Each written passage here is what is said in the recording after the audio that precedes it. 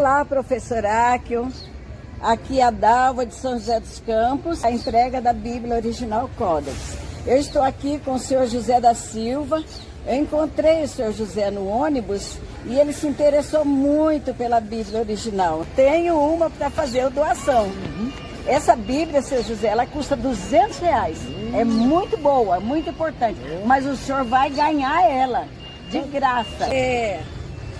A Bíblia Original Codex, né? Então eu tenho falado aí sobre a situação das igrejas, né? Os dominós que estão caindo. Vamos ver a Ana Paula? Vamos. Já convidaram ela para um café? Já ofereceram uma Bíblia para ela? É? Os CEOs do mundo que vêm ensinar como encantar a sua experiência ao entrar numa igreja. Luzes que piscam para te hipnotizar.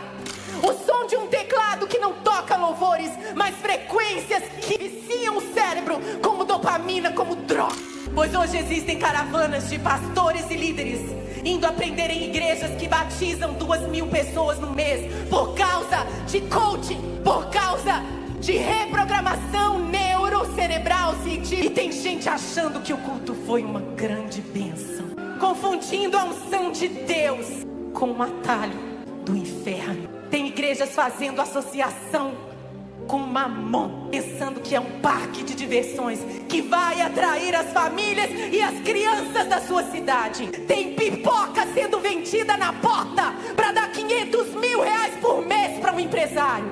Tem franquia fazendo dinheiro. Está chegando um dia em que todas as obras vão passar pelo fogo. Se não for por causa da pressão que o André Valadão ganhou a parte maior e ela menor, sabe como é que é, né? Briga de irmãos ali. A partir do momento que o pai foi envelhecendo, se afastando, sempre assim, né? Que o pai que montou o ministério passa a herança para os filhos, vem o problema. E talvez isso empurrou ela para a verdade. Mas é assim que nós somos, nosso ego é assim. Às vezes é só assim para a gente acordar. Lembra que eu sempre disse que se o Malafaia um dia chegasse a público e dissesse a Bíblia Original Codex é a verdade, eu fui enganado. Eu achei que estava certo nesses 40 anos. O que ia acontecer? Eles iam derrubar ele e encontrar outro no lugar dele e ele ia ficar sem igreja. Foi mesmo. Não falei isso várias vezes? Falou. Só que eu usei o Malafaia como exemplo. Porém, olha aí, olha a Ana Paula. Teve um tempo que o Marco Feliciano estava quase saindo do sistema. Ele começou a fazer uns vídeos contra convenções, a favor dos desigrejados. E nessa época eu trouxe aqui. Mas depois o poder veio de novo para a cabeça e ele não saiu. Deus, é divino isso. O nome disso é implosão eclesiástica. É ou não é? Só dá uma pesquisada assim, coloca confusão igreja. Coloca assim, ó, desligamento igreja, a convenção.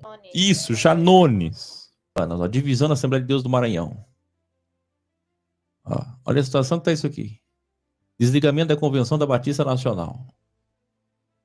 Ó, disputa do poder de convenção da Assembleia de Deus da Bahia. Ó,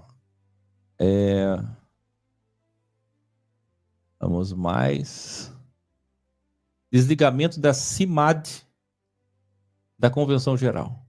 Coloca para vocês verem aí e começa a procurar que vocês vão ficar horrorizados. É muita gente, né? Muita igreja. Aqui, por exemplo, ó, aqui a crise na Assembleia de Deus do Maranhão. Olha isso aqui. Todo mundo levantando a mão e dizendo quero desligamento. Olha isso. Requerimento para desligamento da Convenção Geral. Tem até documento na internet. Ó. Jurisprudência sobre desligamento da igreja. A justiça está se lascando com essa questão para poder resolver essa questão. Isso tá, gente, geral, tá? Isso tá acontecendo também com a quadrangular. E agora tem a questão da disputa pela bola de neve, com a morte do Rina. Vocês não fazem ideia. Xavier, então se é assim seremos arrebatados? Não, Xavier. Não é disso que estamos tratando. Mas arrebatamento é um termo criado pentecostalmente, nem bíblico é, porque harpazo, as palavras gregas para arrebatamento, parousia e tudo mais, são termos que falam em transmutação. É que é difícil entender. Na época ninguém entendia de quântica. É que vai entender de desencarne imediato. A Bíblia fala poeticamente, abrir e fechar de olhos. Então, assim, não dá para falar arrebatamento, porque senão você está endossando dogma de igreja de privilégio. E a gente não está falando de privilégio, a gente está falando de transformação lá no final do reino, novos céus e nova terra, que não tem nada a ver com rapto secreto, né? Aliás, a terra sair do sistema não tem nada de secreto, né? Todo mundo vai fazer assim, uau, não tem nada de secreto, vai ser bem público e bem aberto. Só de geometria.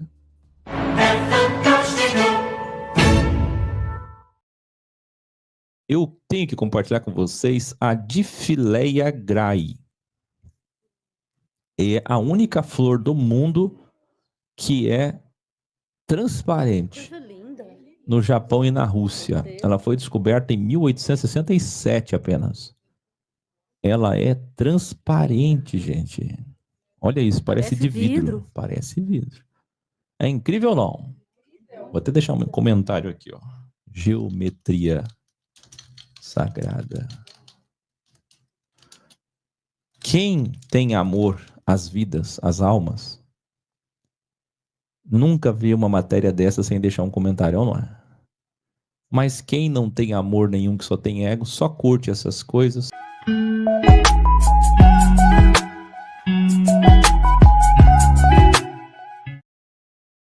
É o Wesley Dias de novo aí, ó. Quando a gente pede uma coisa para Deus e acontece no mesmo dia, coincidência? Já aconteceu comigo. É coincidência, claro. Deus não pode interferir nos ajudando aqui e ali. Como eu disse ontem, a mesma coisa que eu te respondi ontem sobre graças a Deus. Mesma coisa. Coincidência? Coincidência? Coincidência. Por que coincidência? Ah, mas professor, é que tudo é coincidência. Não, eu acredito na interferência de Deus, mas não para o nosso ego. Não para o que a gente quer. O que acontece é que aquilo que a gente deseja, a gente realiza. Você já está predisposto a. Geralmente aquilo que a gente já está para fazer ou buscando no caminho das coisas aparecerem, porque você se coloca na rua para que aquilo aconteça, e você vai orando, vai indo e vai orando, que é uma forma de te dar encorajamento. E na medida que você vai, as coisas acontecem. Como aconteceria para um ateu sem orar. Aquilo que a gente vai atrás, as coisas funcionam, não é? E isso não tem nada a ver com o privilégio de Deus, certo? Outra pergunta?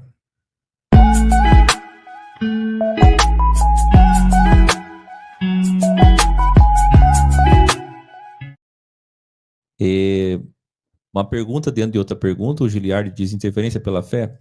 Então, Deus só interfere quando envolve o todo. O resto é sabedoria para fazer escolha. Ponto. Não tem, gente, não adianta. É muito bonito dizer para vocês que tem, mas não tem. O que tem é o que eu ensinei vocês na Universidade X. Ali matemática fria. Quando a gente fala de coincidência, a gente está falando de matemática fria. A gente está falando de probabilidades. E o caminho natural das coisas, porque tudo é matemática. Você diz, tudo agora é racional, não tem o Espírito de Deus. Pelo contrário, o que vocês dizem que tudo é Deus, banaliza Deus. Vocês acham que estão glorificando a Deus, vocês estão banalizando Deus. Tudo que acontece foi Deus que fez, foi Deus que fez, foi Deus que fez. Foi Deus. Primeiro que é um tripúdio em cima de pessoas que não conseguem. Hoje mesmo eu vi lá uma pessoa dizendo assim, eu queria tanto que Deus curasse meu irmão, que tem um pastor americano orando para um cego ver. O cego, que na verdade não era cego, era uma pessoa que tinha dificuldade de enxergar só. Enxergava pouco. As pessoas colocam, o cego viu como Deus faz milagre ainda? Aí uma mulher escreveu, eu queria tanto que Deus fizesse isso na vida do meu irmão. Tá vendo? Aí Deus fez lá naquele senhor, mas não fez no irmão dela. E a pessoa vai passar o resto da vida orando. Né? Que coisa. O Mago Anael disse, eu já tive com ele uma vez, que os daimons curam. Então, os daimons fazem trabalho, eles realizam mediante contrato. Se oferece a eles, você assina um contrato com eles. E se você fizer a sua parte, eles fazem a deles. Mas eles só podem fazer a deles se houver legalidade no alvo. No alvo, seja para o bem ou seja para o mal. Então, assim, existe uma mentira na teologia que diz que demônio não cura, quem cura é só Deus. Meu Deus, gente, curar é tão simplesmente ir lá na raiz do problema. Hoje eu estava vendo um médico, olha, isso aqui é muito sério, Clarice. Estava vendo um médico falar que a vida inteira ele indicou prednisona. A mãe dele ficou numa cadeira de roda, artrite e artrose. Escute. Quando ele viu a mãe dele na cadeira de roda, 30 anos receitando isso e aquilo, corticoide, não sei o quê, e ele não aceitava a mãe dele naquela situação. Aí ele foi falar com uma grande autoridade do Brasil sobre isso e da América. E aí ele descobriu uma coisa, que ele não sabia de nada. Por isso que eu falo, cuidado com esse negócio de ciência. Sempre tem alguém que sabe muito mais e que invalida tudo que você acha que sabe. Sabe o que aconteceu, Jussara? Você que trabalha no hospital? Ele descobriu que a verdade da artrite, artrose, reumatismo e essa doença que você tem, a fibromialgia, é uma bactéria alojada no intestino, que ela sai do intestino pelo sangue, vai lá nas juntas e come a cartilagem. Já ouvi falar essa. Então, a grande questão é que o objetivo, de repente, aí ele falou, a prednisona, na verdade, está matando as pessoas. A prednisona mata. Então, o certo seria combater a bactéria no intestino. Por isso que eu sempre digo, vida intestinal, na época da pandemia, estava todo mundo vitamina D, ivermectina, antivermes, o que mais? Aquele outro lá, cloroquina, hidroxicloroquina, e lá. Quando, na verdade, a saúde do ser humano está no intestino. Eu sempre digo, tudo de nós é endocrinológico, é hormonal e bactericida, que eu diria, bacteriológico. É bacteriológico. Eu acredito que quase tudo... Então, já tem gente descobrindo que até o câncer pode ser combatido por causa disso, no aspecto bacteriológico.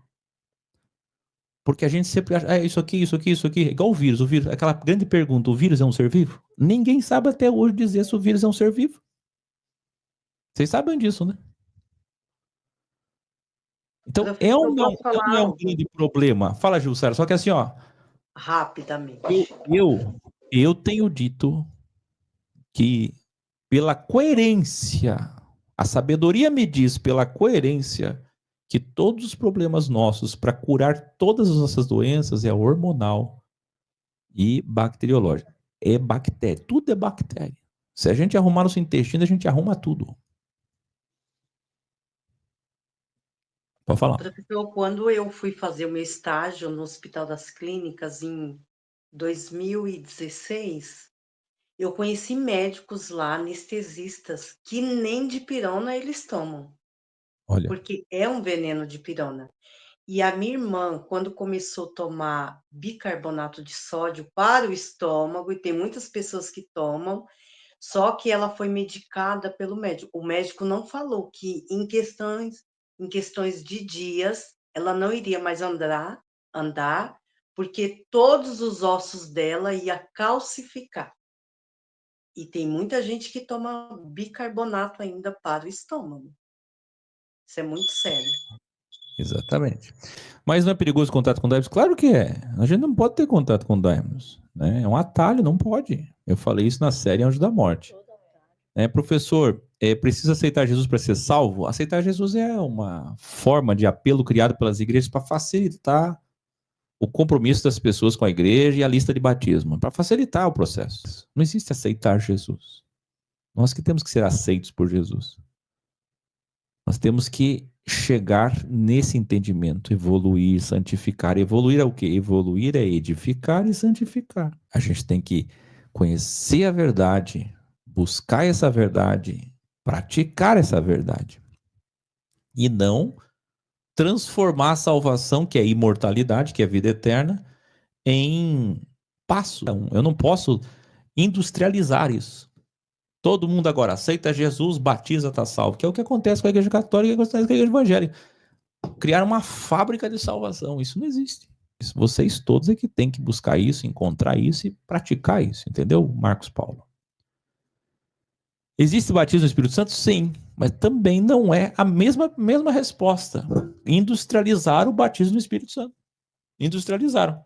Quantas almas aqui? 8 hoje receberam o Espírito Santo. Mas isso não existe essa indústria. Não existe essa indústria, não existe essa artificialização ou metodologia. Eu não posso criar uma metodologia para receber o Espírito Santo. Não existe isso. Esse processo é do fluir, é orgânico, é da inspiração. A pessoa recebe o Espírito quando o Espírito de Deus encarna nela. Quando? Quando ela decide viver a verdade.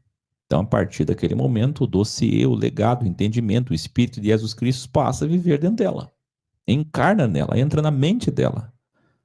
Não é algo que vai da cabeça aos pés, é algo que vem na mente, o entendimento, e daí o corpo obedece o entendimento. Não é isso?